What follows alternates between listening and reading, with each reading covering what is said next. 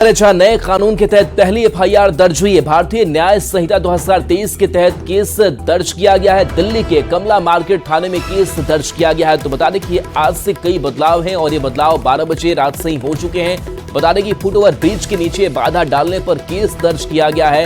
इस पहले केस की हम बात कर रहे हैं। स्ट्रीट वेंडर के खिलाफ मामला दर्ज हुआ है।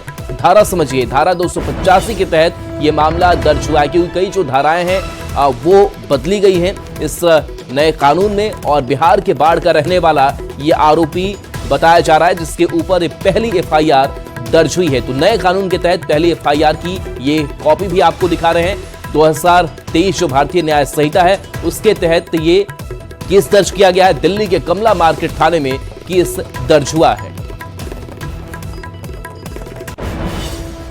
जो सबसे अच्छी बात यह है कि उसमें हम एक तरीके से दंड से न्याय की ओर जा रहे हैं, जिसमें हमारा विक्टिम सेंट्रिक अप्रोच बहुत ज्यादा है, चाहे वो सिटीजन सेंट्रिक हो या फीमेल या वीकर सेक्शन की तरफ ज्यादा हो। दूसरा जो सबसे महत्वपूर्ण बात है कि इसमें पहली बार डिजिटल एविडेंस पे बहुत जोर दिया गया है। इस डिजिटल एविडेंस पे जोर देने का से मतलब ये है कि अब साक्ष्य आपके डिजिटली रिकॉर्डेड होंगे, और जब आपके एविडेंस डिजिटली रिकॉर्ड होते हैं तो उसमें एक सबसे अच्छी बात रहती है कि आप बहुत ज्यादा बदलाव नहीं कर सकते, आप बहुत ज्यादा चेंज नहीं कर सकते, और दूसरा उसको कोर्ट को भी समझने में और उसको अप्रिशिएट करने में आसानी हो जाती है।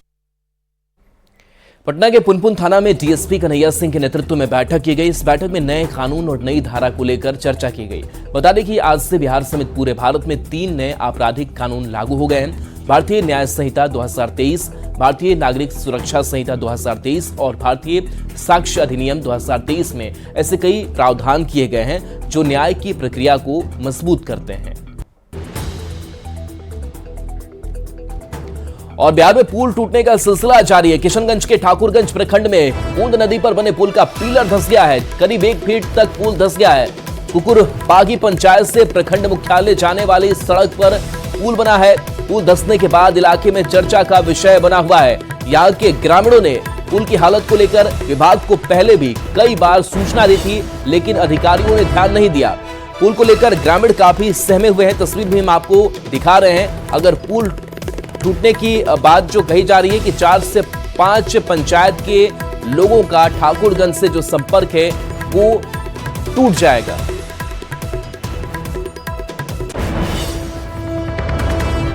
पटना में मेट्रो का काम तेजी से चल रहा है। उम्मीद है कि 2026 तक पटना में मेट्रो दौड़ने लगेगी। फिलहाल मेट्रो के 2 कॉरिडोर पर काम चल रहा है। इसके साथ ही मेट्रो को पटना सिटी तक पहुंचाने की कवायद भी शुरू हो गई है।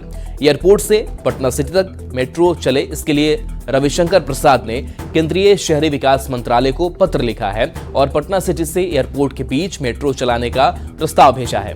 प्रस्ताव को मंजूरी मिलने के बाद गुरुद्वारा और एयरपोर्ट के बीच भी मेट्रो का काम शुरू किया जाएगा। ज्यादा जानकारी दे रही है न्यूज 18 संवाददाता विनीता मिश्रा। पटना में मेट्रो का काम तेज गति से जारी है और अब गुरुद्वारे से एयरपोर्ट के बीच भी मेट्रो की रफ्तार देखने को मिल सकती है, क्योंकि इसके लिए स्थानीय सांसद रविशंकर प्रसाद ने पत्र लिखा है और पत्र को मंजूरी मिलते ही काम शुरू कर दिया जाएगा। यानी गुरुद्वारा से लेकर एयरपोर्ट के बीच मेट्रो की रफ्तार देखने को मिलेगी और उसके मद्देनजर रविशंकर प्रसाद ने एक पत्र लिखा है। आपको बता दें कि केंद्रीय शहरी विकास मंत्रालय को यह पत्र लिखा गया है और इस पत्र में कहा गया है कि जो लोग हैं जो गुरुद्वारा जाते हैं उस इलाके में बहुत अधिक जाम होता है अशोक राजपथ होते हुए, वो लोग अगर सीधे एयरपोर्ट आ सके तो आसानी होगी और उसके मद्देनजर एयरपोर्ट और गुरुद्वारे के बीच यानी पटना सिटी होते हुए भी मेट्रो की रफ्तार दिखनी चाहिए। यानी उम्मीद है कि 2026 का जो लक्ष्य रखा गया है 2026 में पटना में मेट्रो की रफ्तार देखने को मिलेगी और उसके साथ ही साथ नए जगहों पर मेट्रो का जो आवागमन है उसे भी सुचारू करने के लिए पत्र लिखा गया है, प्रस्ताव भेजा गया है। कैमरामैन अमित के साथ विनीता मिश्रा, न्यूज 18 पटना। बेगूसराय के चर्चित मीठी कुमारी हत्याकांड की मुख्य गवाह की मौत हो गई है। जानकारी के मुताबिक मीठी कुमारी की हत्या की मुख्य गवाह उनकी दादी मीना देवी थी, जिनकी बाइक से टक्कर लगने से मौत हो गई। मीना देवी की मौत के बाद इलाके में सनसनी मच गई। परिजन हत्या का आरोप लगा रहे हैं। फिलहाल पुलिस मामले की छानबीन में जुटी हुई है। राकेश सिंह मुखिया का हाथ है इसमें सर। हमारी माँ मेन गवाह है। अच्छा, हमारी बेटी का मीठी हत्याकांड का मुख्य गवाह है सर। तो इसको मतलब कि क्या चीज से कुचल के मार दिए? रॉड से मारा जैसा लग रहा है सर। अच्छा, पीछे पूरा फटा हुआ है। ये मतलब कि सड़क हादसे से मौत नहीं है? सड़क हादसा में मौत नहीं है सर। ये गाड़ी से जा रही थी उसी समय? बाइक से जा रहा था, वो लोग 4 चक्का और 2 चक्का से था सर। तो कुचला नहीं? कुचला नहीं, पीछे से मारा, माँ हमारी गिर गई, कहानी खत्म और लोग निकल गया। ये सारी घटना जो है वो मीठी हत्याकांड 332/23 केस का ये मुख्य गवाह ये दादी थी। ये गवाह देने के लिए जा रही थी। तो इसमें जितने भी आरोपी लोग, उसमें से 3 आरोपी बाहर आए हुए हैं। ये पीड़ित परिवार को जबरन कहीं न कहीं किसी प्रकार से तंग तबाह, गांव से भगा देना, गवाही देगा तो मार देंगे, इस तरह की दहशत बना हुआ है।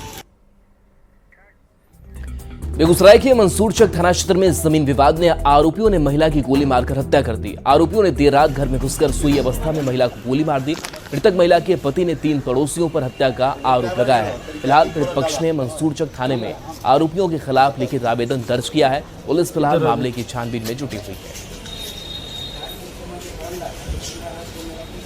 आरोपी के नाम क्या बोल रहे थे? बच्चा को आपके साथ नहीं था? 1 बजे में जो है सो मतलब आवाज़ आया है, आवाज़ आया तो आवाज़ आया तो बाहर निकले तो 3 आदमी को हम देखे जाते हैं। दानापुर के दीघा में चाकू लगी युवती को अस्पताल में स्ट्रेचर नहीं मिला, जिस कारण परिजन खुद ही किसी तरह उसे डॉक्टर के पास तक ले गए। अस्पताल में रैंप और लिफ्ट भी नहीं है। ऐसे में स्ट्रेचर के अभाव से मरीज के परिजनों की परेशानी और ज्यादा बढ़ जाती है। इस मामले को लेकर एसडीओ ने सबूत मिलते ही सख्त कार्रवाई की बात कही है। साथ ही एसडीओ ने उपाधीक्षक को गंभीर रूप से जख्मी मरीज को स्ट्रेचर ले जाने का सख्त निर्देश दिया है। यहाँ हम आए तो कुछ नहीं हुआ, ऐसे खुद लाना पड़ा जाकर, और वो भी नहीं मिल रहा था कि 2 बार 3 बार दौड़े तब जाकर पता चला कहाँ पर है। वहाँ से उठा के लेके आए। यहाँ आने के बाद पुर्जा कटने के बाद नहीं पानी चढ़ाया गया, ना कोई ट्रीटमेंट, पुर्जा में क्या लिखे नहीं लिखे, बोले पेशेंट को लेके, हाँ खुद से पेशेंट को लेके गए, ऊपर ले गए, पुर्जा में क्या लिखा नहीं लिखा वो पता नहीं चला, सीधा बोले एम्बुलेंस में डालने के लिए। एम्बुलेंस में ले गए, वहाँ भी हम लोग खुद बोले कि ऑक्सीजन लगाइए, पानी चढ़ाइए, तो पानी तो नहीं चढ़ा, लेकिन ऑक्सीजन के देखे वो लगा। नहीं, अगर ऐसा कोई वो है, अगर कोई साक्ष्य है, हम अभी अंदर थे, हमने देखा नहीं है। अगर ऐसा कोई साक्ष्य है, ऐसा कोई साक्ष्य हमने वो देखा नहीं था उसमें। अगर कोई साक्ष्य है तो हम नियमित रूप से उसमें कार्रवाई करेंगे।